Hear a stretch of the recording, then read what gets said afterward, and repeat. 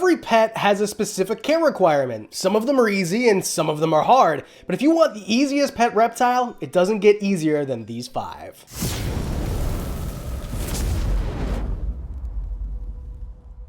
Reptiles are known as easy pets by people who know reptiles, and people who don't know reptiles think that they're pretty difficult, and both of them are right. Because some reptiles are really difficult. If you want to have a Jackson's chameleon, that's on the higher scale of difficulty. But if you want something like a bearded dragon, it's pretty darn easy. But with that said, bearded dragons aren't even on this list because they're too difficult in comparison to the 5 we're going to talk about. Starting off with number 5, knobtail geckos.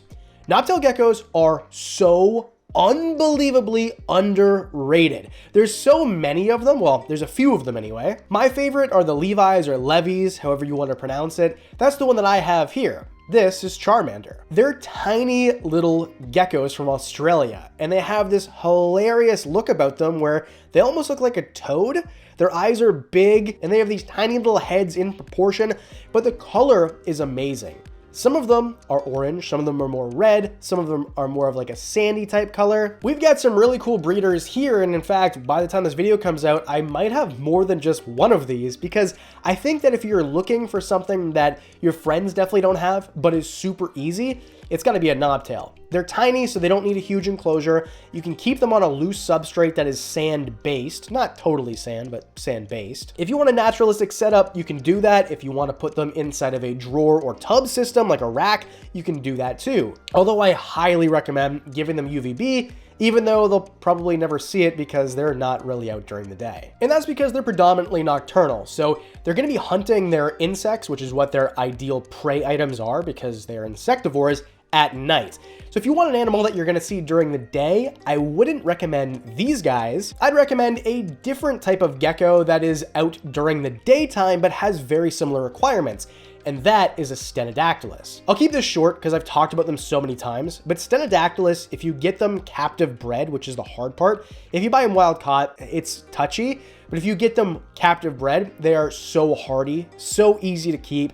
The temperature is easy. They don't need a lot of crazy humidity because that's the thing. Knobtails like it hot, as do stenos. And animals that like it hot and humid adds a little bit of difficulty because the light you use to make it really hot zaps out the humidity. And it's just easier to keep a species that likes it hot and dry rather than hot and humid. Stenos are tiny. You can keep them in small enclosures. The males don't fight, so you can actually cohab males together with the Stenodactylus. Of course, do your research on how that works and the proper setup before you do that. And if you want something that, again, because this list is like full of geckos, but something that is not a gecko, that would be a mountain horn dragon. There's so many different types. They're super darn easy. This is all number 5, by the way. These are just bonuses. But this is a animal that likes it not quite as hot, but more humid. So if you want a more humid animal in a more arboreal type enclosure, definitely mountain horn dragons. They're one of my favorites. I have an enclosure that's a focal point in my living room for these guys. An absolute stunning animal. And so freaking easy. I mean, you could go away on vacation as long as they have a misting system and you fed them before you left, you'd be fine for a week. Obviously set them up properly. I'm not advising you do that. I saw one when I was doing a live stream on Palmstreet the other day on somebody else's that they were auctioning off. The prices are amazing, and so is everything else on today's sponsor, Palmstreet. If you're looking for a community-driven app that you can buy reptiles on for the best prices from the best people, Palmstreet is it, and there's not even a close second. Load up the app, tune into a live stream, and find the right reptile for you. If you like what's available, you place your bid, and if you win the auction, which lasts about 2 or 3 minutes, you are the brand new owner of whatever animal it is that you won the bid on. Auctions are really, really fun, and on Palmstreet, they're even better because it's so secure. No bots, no trolls, no bad actors, just a great community. Plus, now they have longer auctions for more expensive animals, so if you need some more time to think, or maybe you're looking to sell animals, well, I've got a link for you in the description below. And for those of you looking for a brand new animal to buy, there's another link just for you down there too. Head to Palmstreet right now and see what I'm doing on my new favorite app. Number 4, pine snakes. Pine snakes are pretty freaking cool. I mean, pine snakes are gopher snakes, and bull snakes are also gopher snakes. So gopher snakes in general, but pine snakes are my favorite because most of them need it pretty dry and a reasonable temperature. This is a North American colubrid.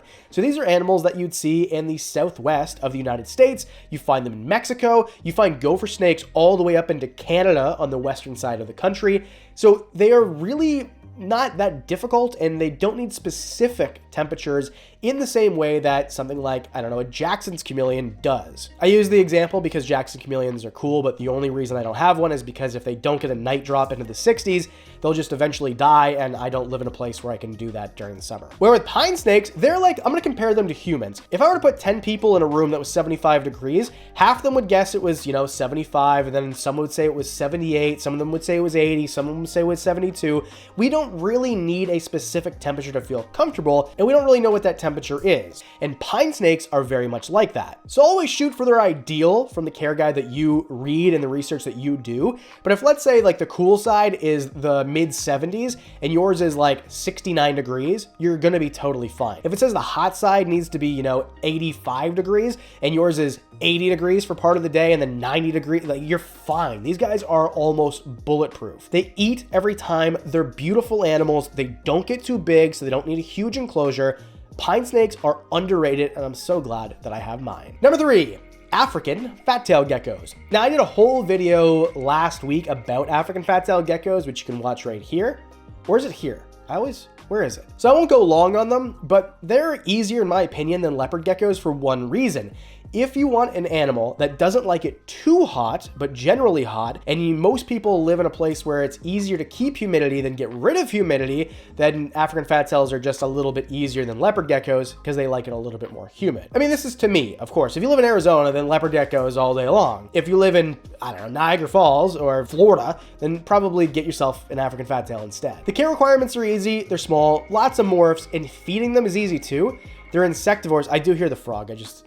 Let's not let them interrupt us, The dart frogs, by the way, definitely do not fit the list. If you want a super easy animal, dart frogs can be, but you'd have to really set it up properly. Anyway, African fat tails, again, they just eat bugs, and you put the supplements on them, calcium, multivitamin, etc., and that's kind of it.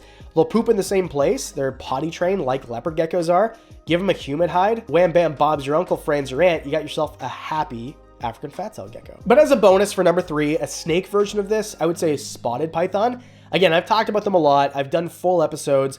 This is a 4-foot-ish python, might get a little bit bigger. That's skinny, about the same size as like a corn snake, but they have a personality that is unmatched. If there was like a chess tournament for reptiles, I'd pick a retic probably, or a king cobra. But in the small python world, I'd pick a spotted python. They just seem so smart and inquisitive, and they're gonna move around, and because they're semi-arboreal, they're really fun to handle. But because they're small, a small environment, and smaller environments are easier to set up properly.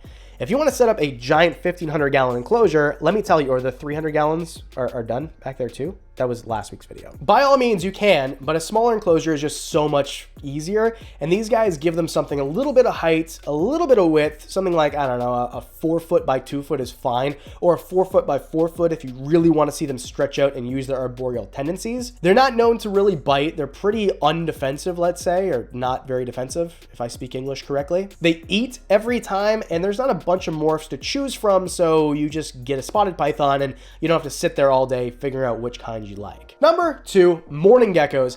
This is if you want an enclosure that is mostly planted with animals that move around and reproduce like crazy, but you don't necessarily want to hold your animal. Because mourning geckos are not a handling animal. They're tiny, they will bolt on you. You're not going to find them if they run away. In fact, most people who have a bunch of mourning geckos also have mourning geckos around their house. Because they're tiny and they reproduce on their own, they are what's called parthenogenic, and they can just reproduce, basically clones of themselves. You're going to get eggs in the enclosure, and they're going to hatch out, and they're going to have baby mourning geckos, and baby mourning geckos are escape artists. The reason I say they're easy is because they're kind of self-sufficient. Just feed them every other day, and that's it. I put mine on a misting system, so it mists inside of their enclosure once a day or twice a day, depending on the season. And then I put a cup of rapashi inside that enclosure every other day or every third day, and that's it. And they reproduce like crazy. And number 1, house snakes. House snakes could survive an apocalypse, okay? If they were around during the dinosaurs when everything else got wiped out, house snakes would just, like the Keith Richards of reptiles, that is a house snake. I know of people in Africa who literally keep them in coffee cans on their shelf, and they will not only live, but reproduce. They eat every time. You just feed them a mouse, you give them some water, make sure they don't dry out too much. That's kind of it. You can go as elaborate as you want, but a house snake is maybe the most bulletproof reptile that there is. And you can tame them out pretty easily too, especially if you get them as babies, because babies, they'll try to bite you, but you won't feel it. It'll feel like sandpaper basically. And then once you tame them out, they're tame forever. It's not one of those animals that you have to handle every day, otherwise they forget that they're a tamed out animal. These guys, it's kind of like set and forget, and that's basically it. I want you to tell me in the comment section below what the easiest animal is that you've ever kept.